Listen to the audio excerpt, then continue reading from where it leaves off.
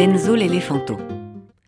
La trompe accrochée à la queue de sa maman, Enzo l'éléphanteau songeait. Le Père Noël arrive cette nuit et cette fois, pas question de le rater. Bon, l'année dernière, je m'étais endormie, mais c'était un accident.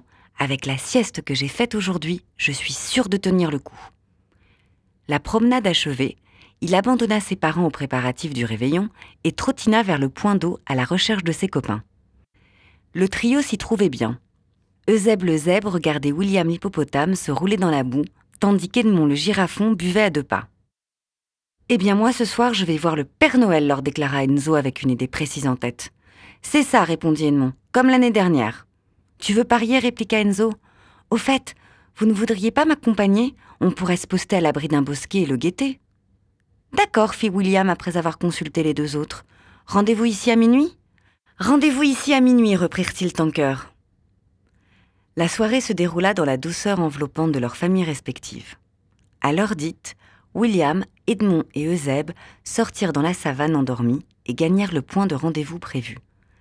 Dissimulés par des herbes hautes, ils attendirent. « Où est Enzo ?» s'inquiéta rapidement Edmond qui fouillait la pénombre du regard. « Je suis sûre qu'il roupille encore, dit Eusèbe. Il est champion, lui. Il nous demande de le rejoindre et il n'est pas là. Alors que nous pourrions faire comme lui, dormir, au lieu d'attendre le Père Noël que nous n'avons aucune chance de... » Il s'était interrompu brusquement. Conduit par 8 rennes, un traîneau venait de dessiner un sourire sur le rond parfait de la lune. Les amis ouvrirent la bouche et ne la refermèrent pas, car le traîneau venait de se poser sur l'herbe sèche, juste devant eux. « Alors, qu'est-ce qu'on fait debout à cette heure-là » fit le Père Noël en se tournant vers eux. « Il nous a vus » chuchota Eusèbe. Les yeux baissés, tout penauds, William, Edmond et Eusèbe quittèrent le rideau d'herbe. « Vous tombez bien, jeunes gens. Vous qui connaissez les lieux.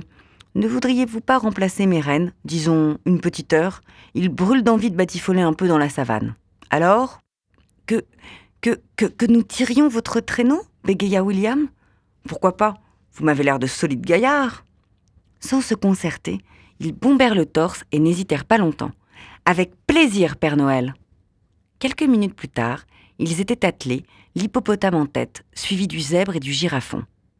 Les 3 amis échangèrent des regards. Il pensa la même chose. William tourna la tête. « On peut vous demander un service, Père Noël ?» dit-il. « Allez-y. »« À 4, ce serait mieux.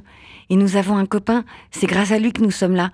Et je crois que si on l'oublie, il va nous en vouloir toute sa vie. »« Conduisez-moi, » dit le Père Noël. Non loin de là, Enzo, couché sur le flanc, dormait en souriant. Il rêvait que le Père Noël se penchait vers lui. Il pouvait même sentir sa barbe blanche lui chatouiller la trompe. Il ouvrit les yeux.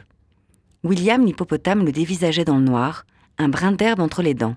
« Dis donc Enzo, tu ne nous aurais pas oubliés par hasard ?» chuchota-t-il. « Il est quelle heure ?» dit Enzo en se dressant sur ses pattes. « Vite, on va le rater !»« Ça m'étonnerait. Suis-moi !» Enzo obéit, toujours dans le brouillard.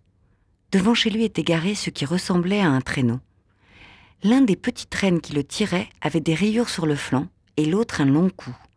À l'arrière, un homme habillé en rouge lui rappelait vaguement quelqu'un. « C'est une blague ?» fit-il. « Tu vois bien que non, dit Eusèbe en lui adressant un clin d'œil. Le Père Noël ajouta. « Mon petit Enzo, même s'ils n'ont pas été très efficaces, tes efforts pour rester éveillé méritaient vraiment une récompense. »